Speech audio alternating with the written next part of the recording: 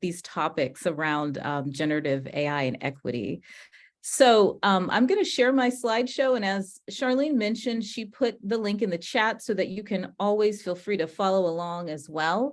But I'm Tracie Addy. I'm the Associate Dean of Teaching and Learning at Lafayette College. So I oversee the Center for Teaching and Learning. So my job is to work mostly with our instructors on their teaching and partnering with them on their efforts. In the last few years, I've really done a lot of work around inclusion and equity in the center and kind of beyond. And so this topic, to really think about equity, access, and generative artificial intelligence, is of much interest to me. And, you know, it kind of furthers the things that we're already talking about around inclusion, and it helps us think about it also in a different way with these emerging technologies. So I'll let my colleague TingTing introduce herself. Hi everyone, my name is TingTing Kang. I'm the Director of English for Academic Purposes Center at Lafayette College. Not here at Lafayette College, because here I'm actually in China right now. So hopefully the internet goes well in today's presentation. So in my role, I work closely with our international students. ChatGPT has become a very widely discussed topic, not only in the US, but also worldwide. So I'm very happy to share some of my observations of ChatGPT and my experiences in working with our students in using ChatGPT. So that's my self-introduction, and thank you all for coming. And like Tracie will start our presentation today. Perfect, thank you. And TingTing, it looks like we need to put access to the presentation file. Can you do that while I'm kind of moving on to the next? Thanks so much. All right, well, the first thing I just wanted to mention is that we are kind of have an opportunity for those in our consortium to actually talk a little bit further about generative artificial intelligence. So I just wanted to, to be aware of this. We're going to hold a teaching and learning forum on October 18th. It's going to be at the Sales University's Conference Center. So we're thankful that they're going to be able to host it. And you can share any projects around teaching and learning. It's open, but we're also going to do a special call for works in progress teaching talks on generative artificial intelligence. So if you're doing something interesting, please feel free to submit a brief proposal. It'll be a brief form, and you can also feel free to register for that. That's going to be forthcoming. So I wanted to kind of plug that early. Okay, well, in today's presentation, I'm going to first start off with a poll just to kind of get us to kind of think about these issues of equity. So you can access the poll by using the link in the chat. So thank you to LVAIC for putting it in there. You can also use this QR code. But what I'd like you to respond to is, what are important equity issues surrounding the usage of generative or artificial intelligence in higher education? So that's basically the essence of our conversation today. So I'll give you a moment to try to take the poll. That would be wonderful. And then we'll look at kind of the results as well.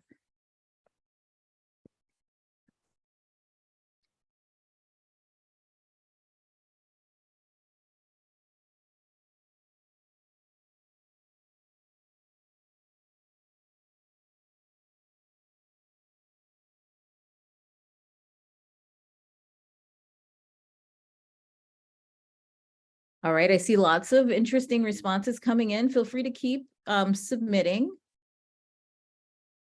I'm just going to show the view of it.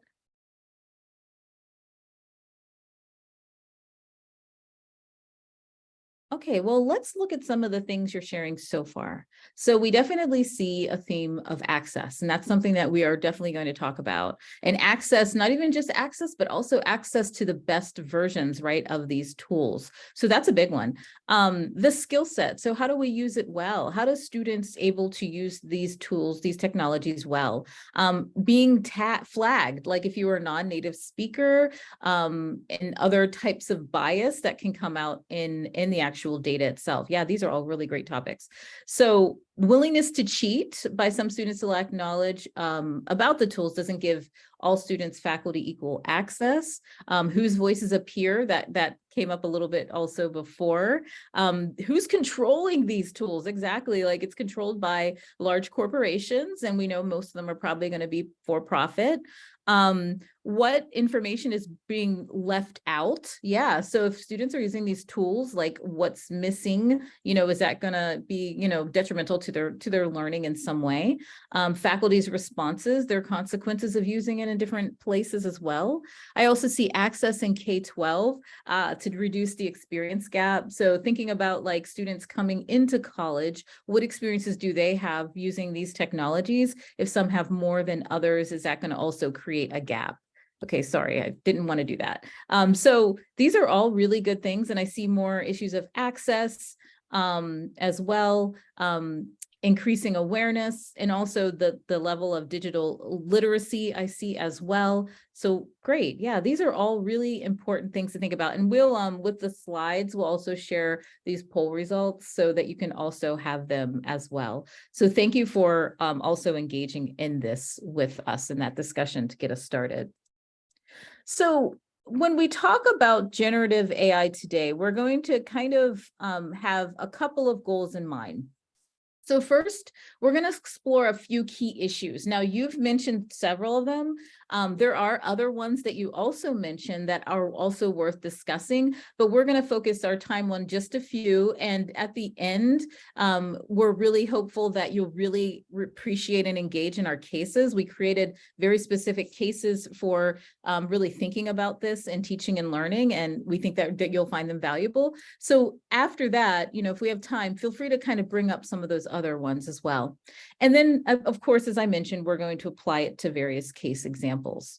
So we're going to start off with an overview. So Ting and I will kind of go back and forth and talk about various things. Then we're going to do those discussions on particular cases. We have created 4 cases for you today. And then we'll just kind of wrap up and have these kind of concluding remarks and think about how we process some of this as we move forward. So first, in thinking about access, well, I know that not everybody has come to all of the sessions or been able to make it, and I thought it would be still good to talk about some of the tools that, we've seen people talk about using in higher ed.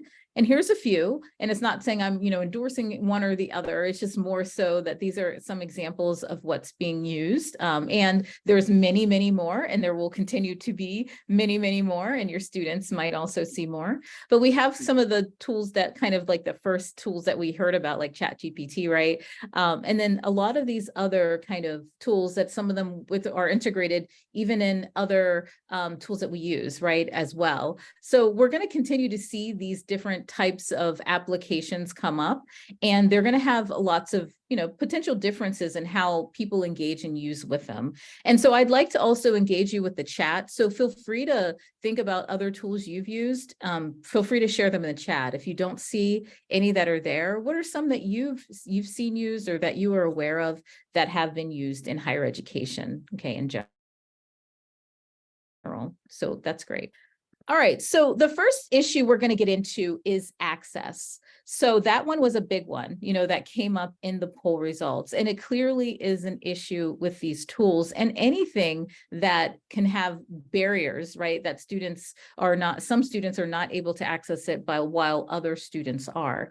So one of the biggest issues is that some of these technologies are behind paywalls, right? So it requires the students or whoever to create or pay a fee that will allow them to access this. And so we can kind of see already that that's a problem, right? If students cannot afford it, if they're not affordable, then they're not going to have access to those tools. This is going to disadvantage students from lower socioeconomic backgrounds and can be really kind of problematic, right, for our students. So being behind a paywall already creates some disparities, and some of this was mentioned in the poll, that some students might have access to the better versions of certain tools and some students, or a tool, and some students might not. Okay, so that's one. The other thing is that, and we need to be really aware of this anytime we're thinking about technologies, is that at any point a company can remove access, right? Like if it's open now, It might not be next year, right? Like, so we really don't know what can happen with these tools, and they can move behind, you know, kind of like this, the paywall as well. And so that can create our barriers for our students. So we're going to have also some recommendations for this, but really consider, you know, backup plans, right? If you're really going to create something or an assignment that's dependent upon these tools, you should have a plan B, right, in mind as well. Other things that we also can see with access is that, you know, when students come to college, some of them might be more highly connected than other students, and some of them might be exposed to certain resources or things and others not. Some of them might have people in their lives that can help them navigate things and can tell them things to support them. So with generative AI, similarly, you know, students who know about the tools are more aware of them, you know, have access to them. Maybe they use them, you know, in high school or coming into college. They also might be more aware of them, more access, and be able to use them more. So that's also, you know, kind of problematic, because we can see that some students who don't know about them, they could come to college and other students are using them, right? And can we see kind of disparities or inequities, right, in their work as well? And of course, most of the tools, right, or the ones we're talking about are digital, so they need stable access to the internet to access them. For some students, depending on also where they are living, where they, you know, where they're accessing things, that could also be an issue as well. Okay, so these are all kind of, you know, general concerns that, you know, can come about with access. And there's more. You can also, you know, share more at different access issues. So what can we do about this? Well, I'm not going to say like there's like a silver bullet. Everything has its pros and cons, but there are things that can improve access to students. So I have kind of 3 examples, and then the possibility of even merging the 3 in different ways. Okay, so first, you can, you know, incorporate AI in your assignments, allow students to use it, but only the ones that are openly accessible, right? Like, so, you know, we want you to focus on using the ones that are openly accessible to not create unfair advantages, right, between students. And then I also would recommend, like, you need to discuss the privacy. Some students might not feel comfortable with using particular tools. So I think having a conversation about what types of information are these tools accessing, et cetera, is just good for students to be able to know and to discuss and as a class, and just be aware of, right? Like, students will just put out stuff and not even know where it's going, right? And things like that, because they're not aware. Some of them might not be aware. So discussing that is also kind of a way to really think about this as well.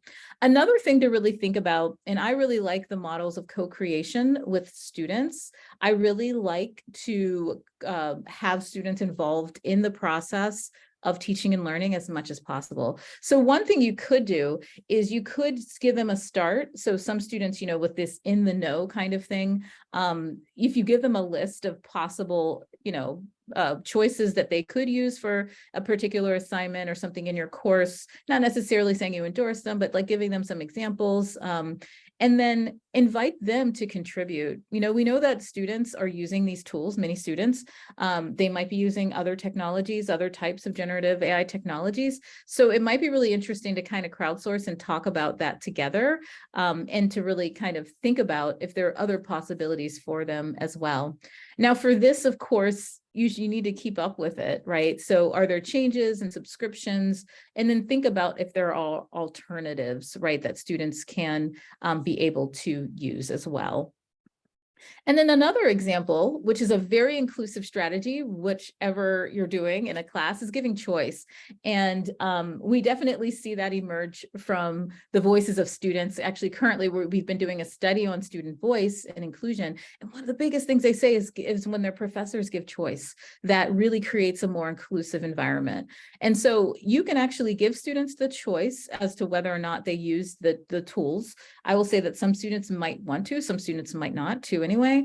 And then of course, you can integrate any of these, right? Like, you can give them choice, you can give them a list, and you can, you know, suggest mostly the open accessible tools.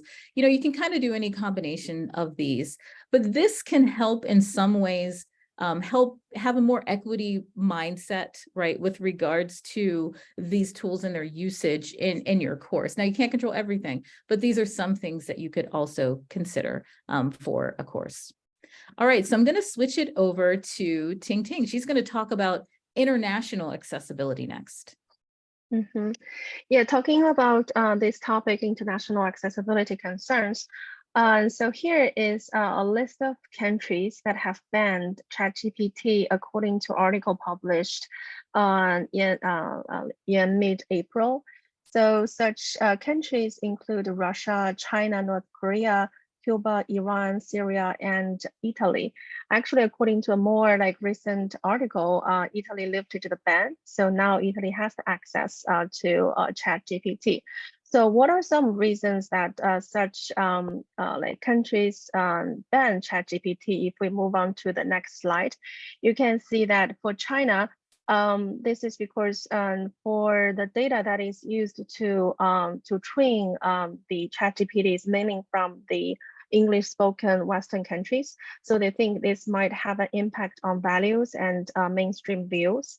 And also because the data, how the company are going to use the data. So they think this using ChatGPT may also cause national security issues. And for countries such as Italy, what happened there?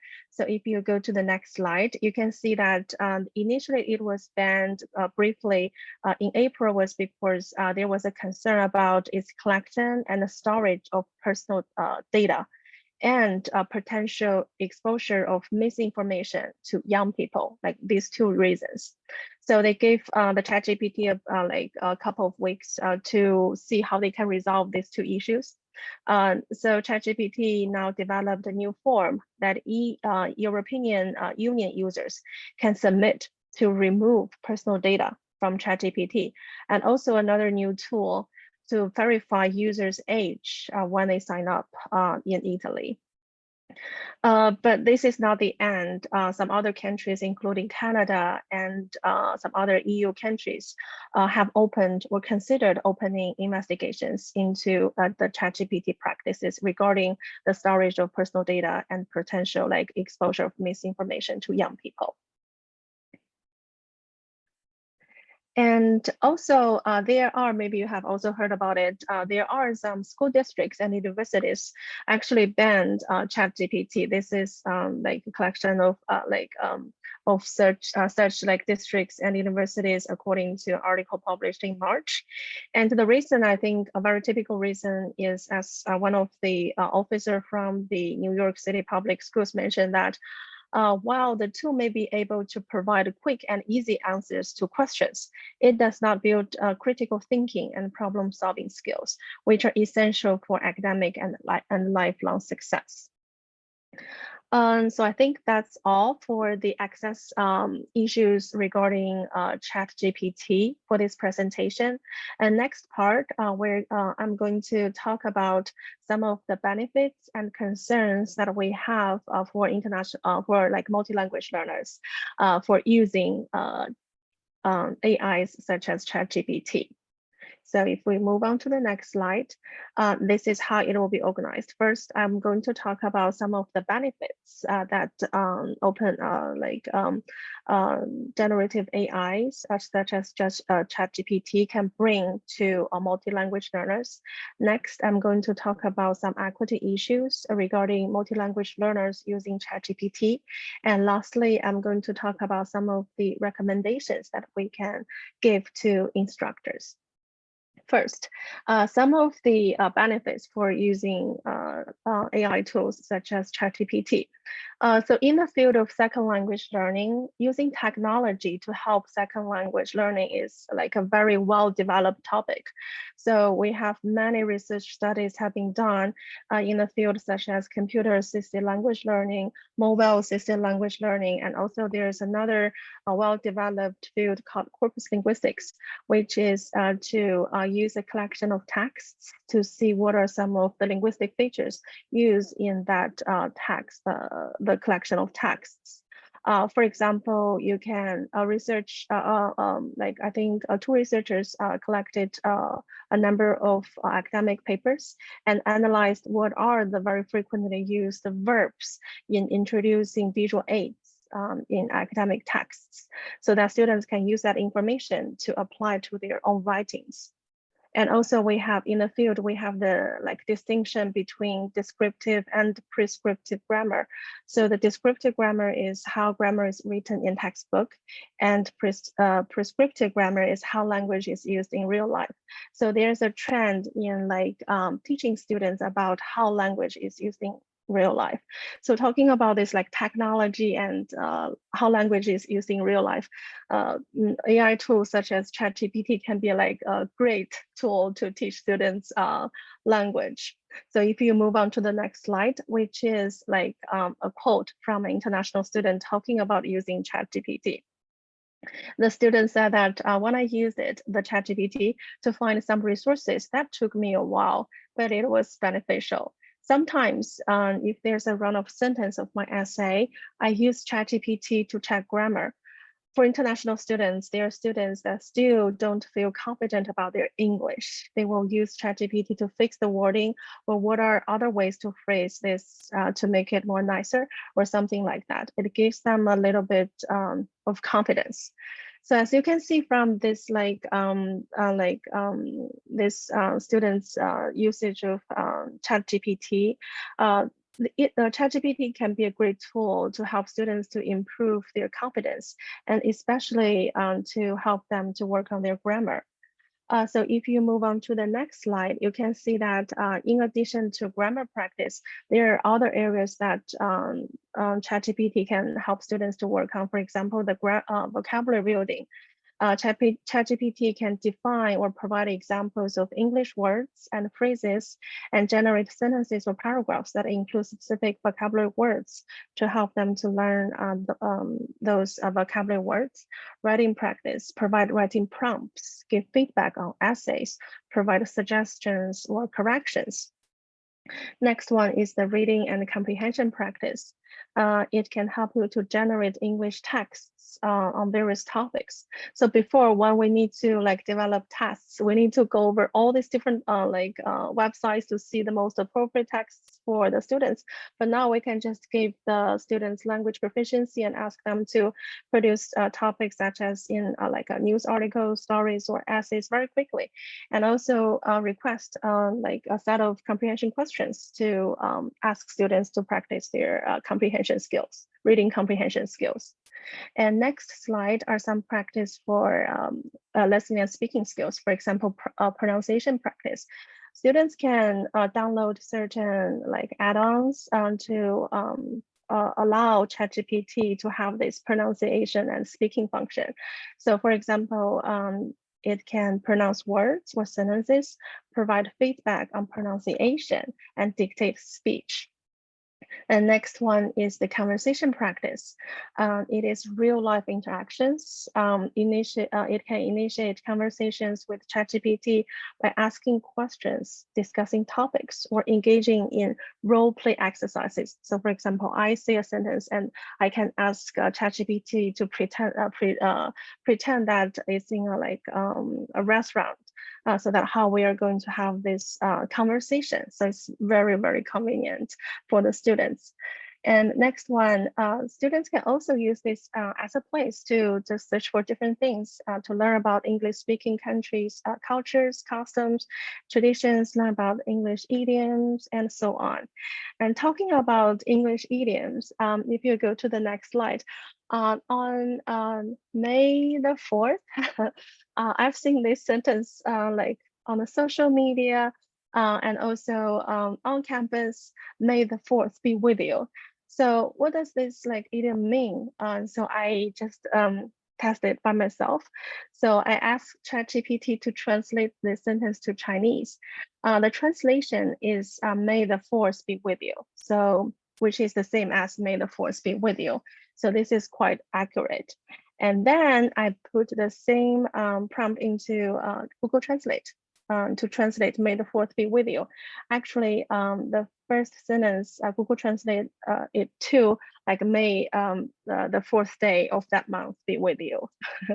So this is just an example, but overall, according to my experience in like translating it into Chinese specifically, and in working with my students in translating into different languages, I think ChatGPT has a very powerful function in translating sentences into certain languages. Next, I think are some equity issues that I would like to bring up for multi-language learners using ChatGPT. Number one, language bias. ChatGPT may perform well in English, but its accuracy may decrease significantly when processing texts in languages with fewer training data. Number two, language proficiency. Students who are not proficient in the language used by ChatGPT, such as English, may struggle to understand or evaluate the output accurately. Number three, which is the academic integrity. Multi-language learners might be targeted more for academic dishonesty. So this we will give like an example in the case analysis. Lastly, is the AI detectors. Recently, one of our colleagues shared like an article about a study done like for that study, they asked different AI detectors to see whether certain writings are written by AIs or not. So they collected several like writings from TOEFL, the TOEFL exam. TOEFL exam is like a language test that is used to measure students' language ability if they want to enter the college. So according to the results, 60% of the writings from that test were detected as like written by AI, which is inaccurate.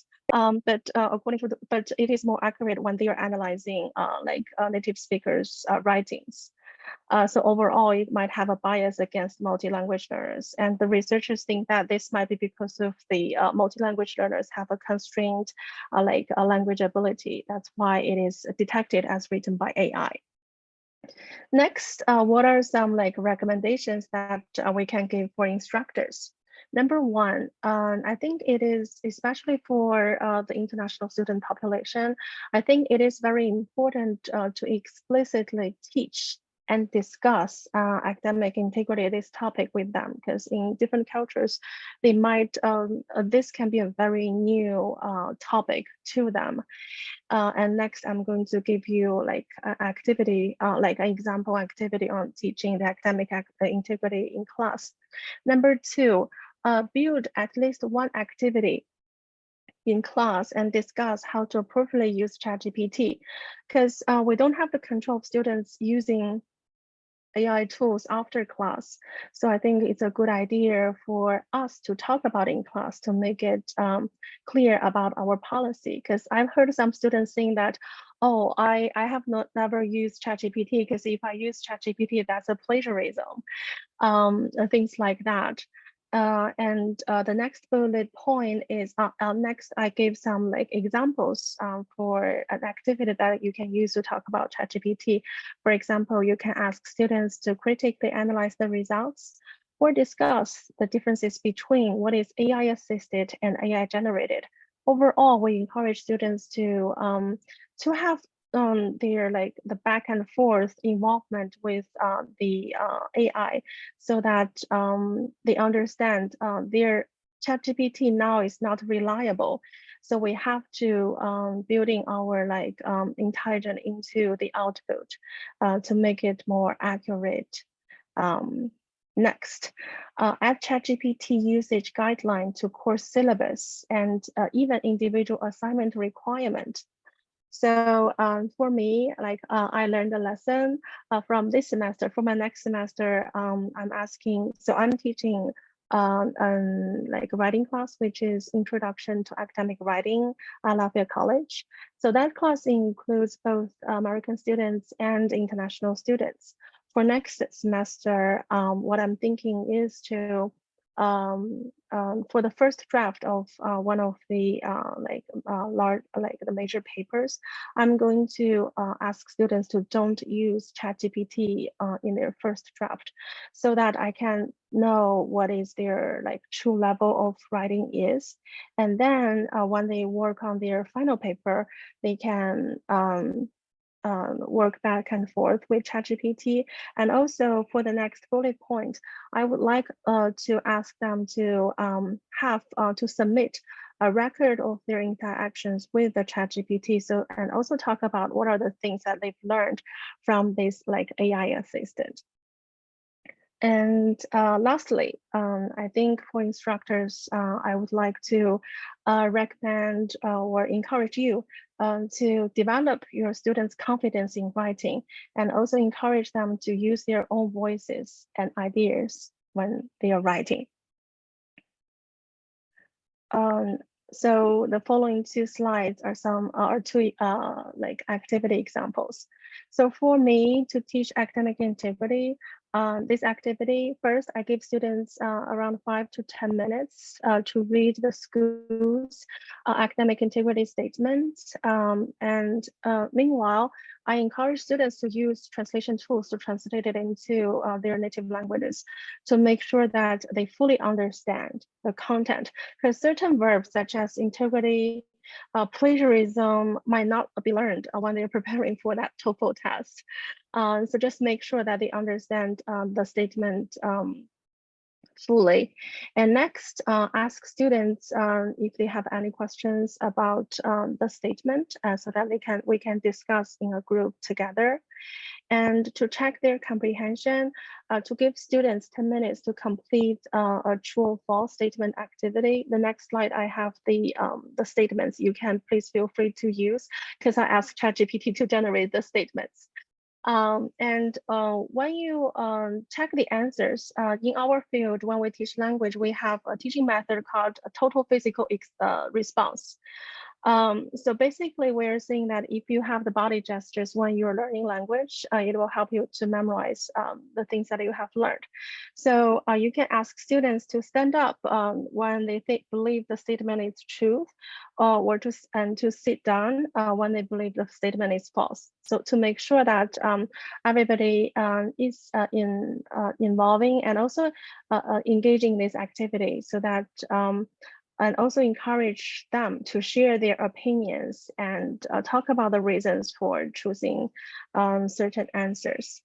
And lastly, use the same set of questions on a quiz and follow up with the students who answered the questions incorrectly, to make sure that they fully understand this. So this is the list that I just mentioned. Maybe you think this is very straightforward, but actually in my last activity with students talking about these statements, we did have a very very good conversation among some of the statements, because in their mind, for example, the very last one, it is acceptable to share answers or help a friend with their assignment when they are struggling. This is false. So this will be considered as plagiarism. But in their mind or in their culture, they think, oh, it is okay to help my friend to share the answers. And I talked about why it is not allowed, because your friend won't be with you for forever, and for students not for professors not being able to know the students' true ability, the professors won't adjust the learning content. So it's always you should show your real a level of proficiency to the professor independently by completing to complete the assignment, things like that. So you can have very interesting discussions on those. And this slide, I talked about activity that I did for students to critically analyze some of the output provided by ChatGPT. And if you continue on reading this slide, you can see that here are some example questions that you can ask students to evaluate those results outputs. Because in our field, self-evaluation is a very useful strategy for students to improve their self-awareness and to improve their language learning, to improve their language skill. So this can be a very great way for them to critically think about the output. And you might think all of them give a 10 when they ask the ChatGPT to ask to change the grammar or to check the grammar, but actually they did put some of the suggestions that they would like to give to ChatGPT. So in this process, they know that, oh, the ChatGPT is not producing the perfect 100% outcome. Especially my class has a combination of American students and international students. So to confirm that, oh, actually, even from the native speaker's view, that this output is not 100% accurate, so that we should always evaluate the output produced by ChatGPT. Yeah, that's all for my part. All right, thanks so much, TingTing. So far, we've really talked about access issues, like access with regards to affordability, access to the tools. We've talked about, as TingTing talked about, international students or multi-language learners, and some of the challenges also with international access, and also understanding what defines, plagiarism, how they can use it in ways that support their learning. So the next part I want to talk about is thinking about students or neurodivergent students and students that have specific learning disabilities and how to really think about how these technologies can support them. So there are benefits to these technologies for our students with regards to disability. So some students who have disabilities will use assistive technologies, and you might be familiar with some, but they'll use various types of devices or techniques that really help them learn. So that could be recording a lecture, right? And then also being able to have access to, that lecture later, or the instructor might video record or kind of the session. It might be also other things embedded in the tools that allow them to better process the information. But if we can kind of think of this generative AI, we can actually think that it actually can be like an assistive technology. So there's different frameworks of thinking about this, but it actually can very much be that to our students, all of our students, as well as, helping and supporting students who are neurodivergent or have different disabilities like dyslexia, or students on the autism spectrum, or students who have ADHD. So it can enhance existing assistive technologies as well. So if we think about like a student who really wanted to process that lecture, right, and could use extra tools and help to support them. Again, we're trying to reduce our barriers, right, in higher education so that students can learn and they can be supported. Perhaps they can actually use one of the technologies to allow them to synthesize that lecture, give a summary, but also they can add prompts, right? Ask questions, etc., for that summary. So there's a lot of benefits that, can be generated for these students. Some students may have trouble like gathering thoughts, like what's the starting point here, collection of like ideas. Maybe they really could benefit from generating that first thesis, that topic area, or whatever it is for that assignment. So this can actually help students do that, right, as well. So that can be very, very much so helpful for them. In addition, as I mentioned earlier, if you can use some of these tools to summarize some of the readings, some of the complex texts that they have, of course, it's not going to necessarily always get at that higher level of thinking, right, and processing, but it can help in some ways. And depending on the data sets and what it's pulled from, you could probably get, depending on how you write your prompts, the students write their prompts, they could get some kind of deeper level information out of there. But this can also just help them in general to process the material that they have for the course. And then in addition, as I mentioned, they can actually kind of go back and forth, right, with the tool. If they can put in prompts and it can get responses and information back, that can be super helpful for many students. So we can see a lot of promise, right, in these technologies, and actually thinking about how, our students can use them. Oh, sorry, I think I clicked an actual link or something instead. Here is an article that did come out, how ChatGPT could help or hurt students with disabilities. So feel free to review that article as well, because that can also give some more ideas around usage for our students who are neurodivergent or have disabilities. So the other thing I wanted to talk through, and in a little bit we'll get to the cases, but just some recommendations for instructors.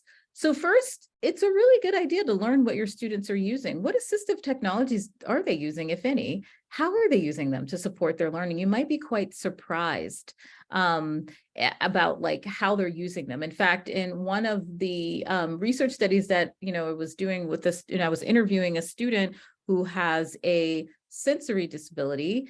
And that student actually mentioned to and showed their professor, one of their writing professors or a professor, how they actually kind of use these tools to process the information that the professor provided.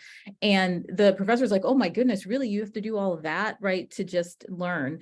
And so it's a really good idea to just increase your awareness of what students are doing and how you can have these conversations with them next to really think about like, how can some of these tools help them or support their learning? And that can be a really good conversation to have with students.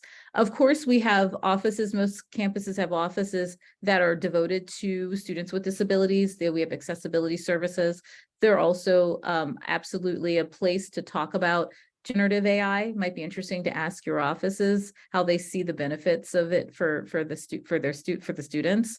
And then in general, when we try to think about our policies for our courses, it's really good to really think broader, equity-minded. Like sometimes, we get into this thing where like, oh, I just want to completely ban this. But we really have to get into the mindset, if I do ban this, who am I excluding, right? Are there kind of places where this actually could benefit students' learning? So thinking about the broader perspective of the things that we do in the courses, the policies that we make, these can actually, some of these tools can actually very much so benefit some of our learners. And so we should probably embrace that in various ways. Now, the last part that I want to talk about is the outputs of AI and also just other issues of bias. So there's this issue, with generative AI that we know it's pulling from these various data sets and that the data sets that it pulls from could have biased information. So although they have these disclaimers, right? Often the tools will say it could, have biased output.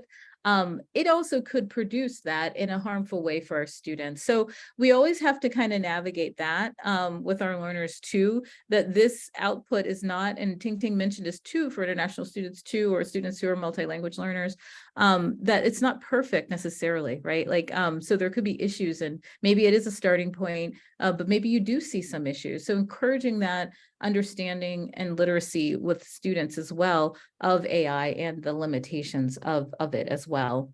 And then the other thing, and this kind of comes up in one of our cases, is that you also have to, as an instructor, if you're an instructor or someone support instructors, check your own self with bias, right? So what could happen, and TingTing mentioned, the targeting of particular students from various demographic backgrounds, social identities, that they could get particularly targeted more because of our own biases too. So it's really important not to make inaccurate assumptions about students and the work they're producing, and to kind of lean into, how to do this, in a way that doesn't kind of accuse students when, maybe they didn't use it.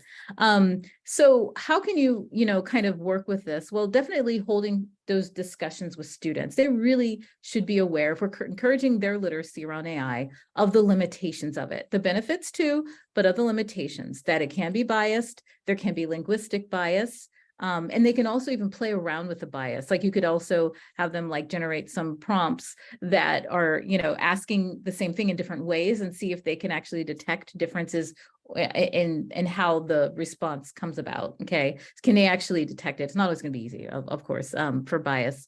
I'd also say just first trust your students. I mean, if you see something that's clearly biased, right? Like, you always can look at what their work is, ask them their process for completing the assignments too. So it's always a good idea to hold that conversation like, oh, how did you, create this assignment before making, really big assumptions. I've definitely had an experience and seen some students been accused of things that they hadn't done.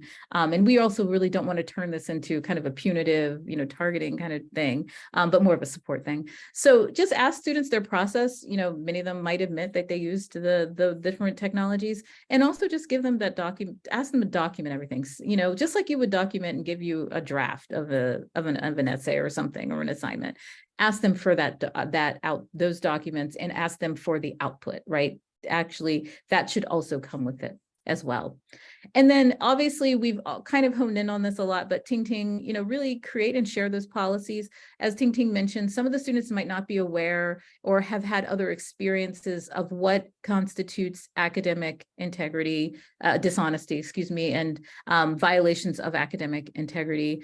So it's really important to really have a policy to talk about it, right? Start from the proactive stance at the beginning of your course, rather than wait till something happens, right? And during the course. And some things might happen, but at least you've talked about and have these policies as well. And I see there's a lot going on in the chat, and I'm sorry if I haven't been able to respond to those chats as well. So we'll also look at those too. And thank you so much for responding to those as well.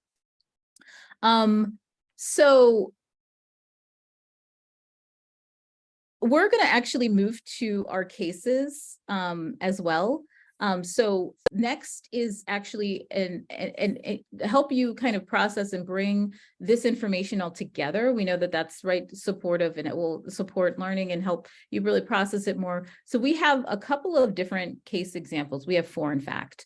And so we're going to talk about each of these just a little bit. Charlene, it looks like she's put them in the chat, the documents in the chat. But you're basically going to get this document, and it will describe the case.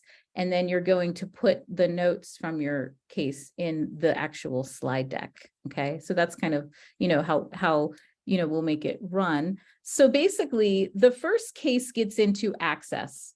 So we, oops, excuse me, I'm moving back and forth between a lot of different documents. So basically the case 1 is really thinking about like an instructor really wanting to use the students to be able to use the generative AI technologies, but is worried about access. So we actually just want to encourage you to think about some questions that they could ask their students on a survey, or ask their students about usage of AI that they could actually use in decision making. So this idea of co-creating with students. And then let's also suppose the instructor wants students to use a particular tool, but students could not access it. What are some other things that they could do? Okay, so that's the first case. And TingTing is going to explain the next one.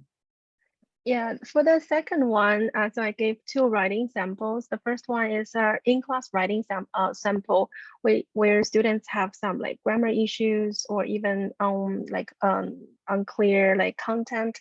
But the second one is well-written, like academic piece.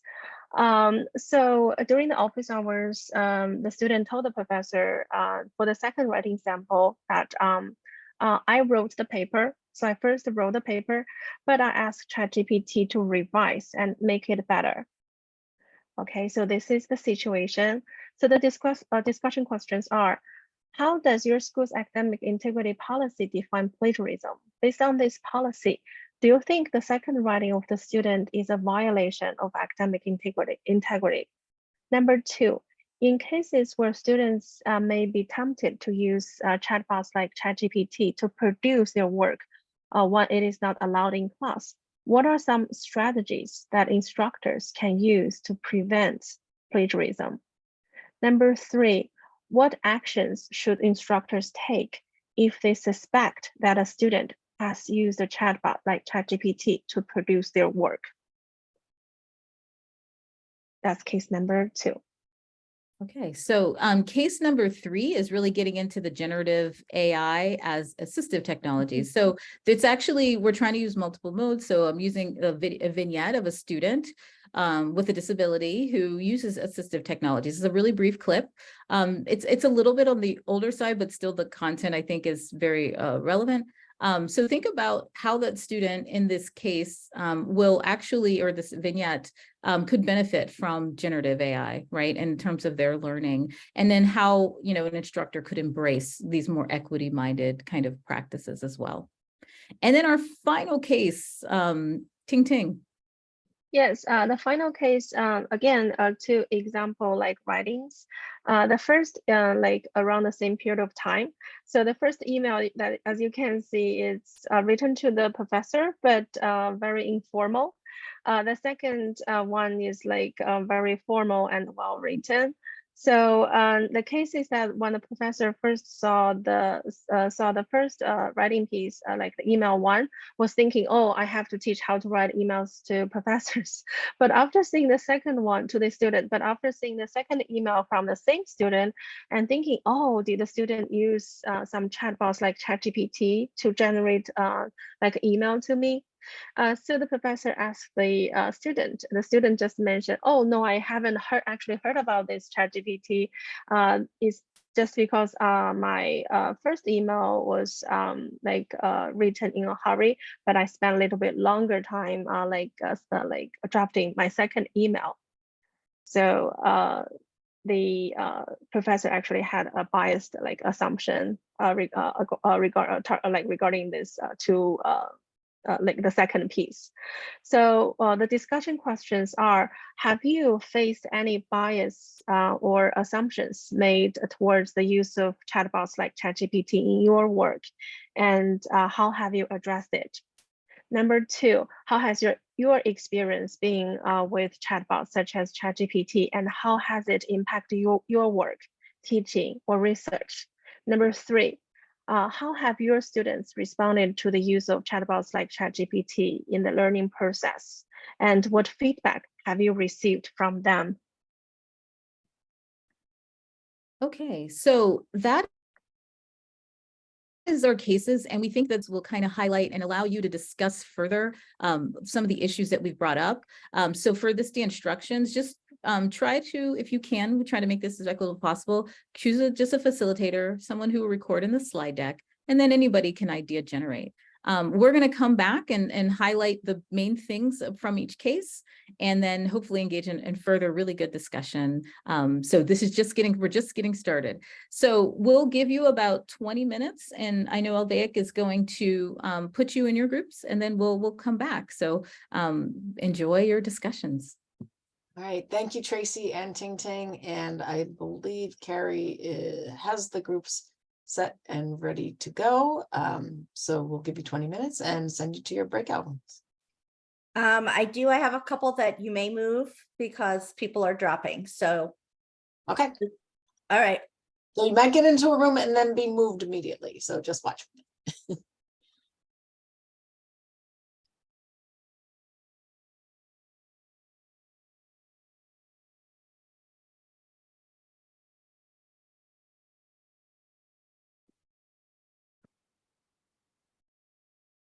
Okay, well, it's great to see everybody back. We hope you had a great conversation. What we're going to first do, TingTing and I, we weren't able to kind of address a lot of the questions that came up during the time. So we're going to just talk about that briefly, and then we'll go into the things that you talked about during, or you have written down and discussed during your conversations. So I saw a comment about in the chat about the students not reading disclaimers, and I agree, 100%. Students, they might not read anything that you do, that you say, and I guess it's a lot of our jobs to kind of reinforce things and to share it with them. One of the things that sometimes I find useful for students is to actually give them an assignment to do with that particular thing you're writing. Like, for example, if it was the syllabus and I really wanted them to know like this particular thing's on the syllabus, I'd actually ask them to kind of go to it and then have a prompt that they'd have to respond to that kind of demonstrates that they've read it, that they kind of understand it and have a discussion. So one thing to think about is actually to create a learning where students will kind of encourage them to read it and to process it a little bit more. And there's also a comment on complex text and using AI, and I absolutely agree. I mean, it's really like some of the tools right now like, it's really good for summaries of like general content, things like that. But really when it gets complex, there's a lot of limitations. And I think that is another thing to talk about with students. So I definitely agree with that this isn't really, really meant to digest complex text. It's to get you kind of started or et cetera, get ideas, but not really that portion. And that's something that's the value, right, of our class of higher education, to actually get to that point. So I think those are really, really good points. TingTing, I think were you going to address, there was a comment about concerns about AI as a form of digital linguistic imperialism and things like that. Did you want to comment on that one? Yes, yes, I think so too, actually. So what I'm like viewing people are using it right now. I know there are comments talking about it can to customize it your own writing style, but it won't be the same as you just write by yourself because you have this assistant. So it can definitely control and I think that's why I think it is very important to teach students about the importance of keeping their own voices, so that in the future, not everybody is like talking the same way as a robot. And Karen made also a good interesting point about the technology as it kind of continues to become more sophisticated, that it can learn you and how you write. So that'll be really interesting to see. I will say that, like, when I use these tools right now, I'm like, that doesn't sound like me. So like, I don't write like that, even though, so it'll be really interesting as that evolves over time to see that progression. And then there was another comment, not connected to the case studies, but about students leery about being tracked. Yeah, that's a really good question that Luann asked. So TingTing, did you want to talk about that at all? Which one? So this Sorry, is the last comment. Students who are leery about being tracked, like undocumented students and whatnot, that they might not want to like kind of log into these things and be actually inputting information. Yeah, not only students, but also I talked to a professor, like talking about like that professor is not also a native speaker, thinking about is afraid of putting the original like research into the ChatGPT. Who knows what the ChatGPT will do with that like unpublished article. So yes, the concern over like how the personal data will be treated from the company is like a big concern right now for not only for the undocumented the students such as the undocumented students, but also this can be related to all of us. Absolutely. And then there's, I know Douglas mentions there's concerns of Turnitin as well. Absolutely. And, I went back earlier and I said, like, well, think about choice too. Because like, if some students are just really uncomfortable with using these tools, to require them to do it for privacy reasons, we have to really rethink that a little bit, right? And they might have a lot of different reasons too about it. So that's a good conversation to have. Thank you for bringing that up. So the discussions look great. I'm going to just share some highlights. So TingTing and Hai, and then you'll have the opportunity, feel free to like share other things that came out or emerged. The first particular case was about this access and how do we kind of ask students early on about access. And I saw several groups had some really interesting questions asking students, are you able to access ChatGPT from your device? Do you have experience with using ChatGPT? So this can actually be really informative to actually ask students also about kind of using those particular devices. Now, just something to be aware of, some students might feel less wanting to share some of that information. Some students might worry that if they say something about their usage of these technologies, that it could be seen as cheating. So just also kind of being aware of that as well. And then I see a bunch of interesting little questions here. What's your level of comfort? Have you ever used it? Are you familiar with it? And have you ever used it? That's a really interesting thing. You could also just anonymously poll your students that too, if you know that some might be uncomfortable. Because I will say that the quote earlier from an international student, they didn't really want to be identified. And so and I've asked other students, and sometimes they're just like, I just don't want to, you know, I don't want this to cloud me in some way. So you could actually do some of this anonymously too. So these are good questions to ask as well. And then I also see some things around, like, we plan to use this particular tool. Are you familiar with it? How familiar are you? And just some kind of structure things to really think about, like giving students time to explore tools, choosing one with limited requirements for registration. I think, you know, students will appreciate that. Most of our students don't want to be going to many different types of technologies and tools, right? In general, just like we don't, right? So it's really good to like use the ones that have limitations in terms of barriers to actually using them as well. So thank you for sharing that. And then also another group came up with similar questions like, what technology devices do you have? What's your comfort level? These are all really good questions. And then different types of approaches if students don't have access. Think about multiple ways to complete the assignment. Are there other assessment strategies? The peer support, these are great. And providing equitable computing resources. So that's interesting. Maybe like access to some of the technology, like a laptop or something, or something comparable so that all students can be able to access it. And then pull out mentoring, tutoring on the new technology. So thank you group.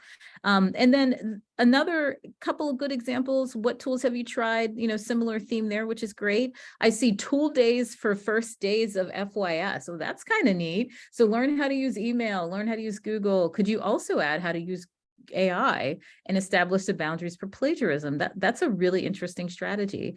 And then I see also maybe you teach it in the computer lab so that there's no issues of accessing it through their technologies as well. Also here, let's see what else is here. So allow students to use alternatives. Yeah, okay, that's great. For students who can't use AI, meet with them. Use it on your own computer. So some will actually move to that too, where if the student feels uncomfortable, maybe you can do it with some of the students. Obviously, there will be different practicalities for that depending on your class and size and what you can do. But that's also another method as well. So great. So thank you. TingTing, do you want to summarize some of the comments from the other case, the second case? Okay, so for the second case, as we displayed before, so these were two examples. The second from a student. The second example, we're thinking it's about writing, and the student said actually the ChatGPT helped to make it nicer, very broadly statement. So we are asking, is this a violation of academic integrity? As the first discussion question. The second discussion question was, in cases where students may be tempted to use ChatGPT to produce their work, but not allowed in class, what are some strategies that instructors can use to prevent plagiarism? And number three, what actions should instructors take if they suspect that the student has used a chatbot like ChatGPT to produce their work? And let me see, and from group 5, we listed a lot of like small bullet points. What I can see, some of the interesting ones that I can observe are according to the school policy, they didn't specify the use of assisted AI, so it is hard to determine whether it's a violation of academic integrity. And also mention about grammar correction might be okay, but if it is like like as listed in the second bullet point, assistive technology has the potential to replace the cognitive analysis that is the goal of any given assignment. So maybe to ask students in detail, right, what has happened in that assignment, like in the procedure with working with the AI. assistive technology has the potential to help with grammar and form, yes, and similar to visit the writing center. And also some questions through the type, this type of ChatGPT be cited, and yes. I agree too. I think a lot of like professors are incorporating like and introducing this to the students, and also talking about how you should cite ChatGPT to your writing and rationale. The writing center will get students to do their own work and teaching along the way versus the technology that will simply do it for the student. Yes, I agree. Next group. And we is have just the- a couple more minutes. So I don't know, TingTing, Mhm. if you want to just do some high level things and then we can kind of, because for the other cases too. Yeah, like I quickly glanced. So I think Mhm. some of the key trends are like for the current academic like integrity policy, it's very hard for professors to decide. Some or like one of the groups said that, oh, it's a violation. Another group said, I couldn't make the decision. Another group said it depends on the classroom policy. So I think it's worth discussing maybe in the whole, even the whole school, in like if we have this like academic violation, like how we're like, depending on these different cases, how we're going to treat this such situation. And also some good examples talked about how we can prevent this, which is to have the scaffolding and also give the specific resources that students should use so that the assignment is very specific. Mhm. Yeah, please, like I think later on we can have a little bit of time for people to add some of the comments that that we missed. And they Sure, want we to only share have a in the couple group. more minutes left in the session. But yeah, no, absolutely. And you can always contact, after the session too. Happy to kind of continue these discussions. For the third case, it's basically, focusing on a student who is the disability, who's using assistive technologies. And so thinking about ways, and I see the groups here talked about like how it could actually benefit this student to have kind of voice-to-speech technology, and also to be summarizing the text and things like that could be useful, and actually could be useful for everyone. I know a group also mentioned that as well. And then we have our final case on bias. I don't know, TingTing, do you want to do some final thoughts on that? Yeah, some people said they haven't experienced this direct response of students using ChatGPT, but I think maybe it's the time for you to talk more with the students about their usage of ChatGPT. Mostly experience having see the limitations and capacities of ChatGPT. Yeah, I think why don't we just open the floor to everybody and see. I think we still have 15 minutes if there are any like key. Yeah. So this session, I believe LVAIC ends at 11:30 Eastern time. Okay, so we're actually at the end of the session, but I'm happy to stay on if others want to, and if you want to continue discussions, if there's anything else raised in the chat. But we'll also, just because we're at the conclusion, I just want to thank everybody for engaging in this discussion today. I think it's really important to really think about equity and inclusion. And I thank also TingTing from joining us from China. And, the time zone is completely different there, it's at night. So thank you so much for her to sharing your expertise, and all the best. But we'll hang around just a little bit, just in case anybody has any final things they want to share. So thank you. I want to thank LVAIC, thank you. Well, I want to thank Tracie and TingTing again, and everyone for engaging in this series. And you'll be receiving some of the information from this as well.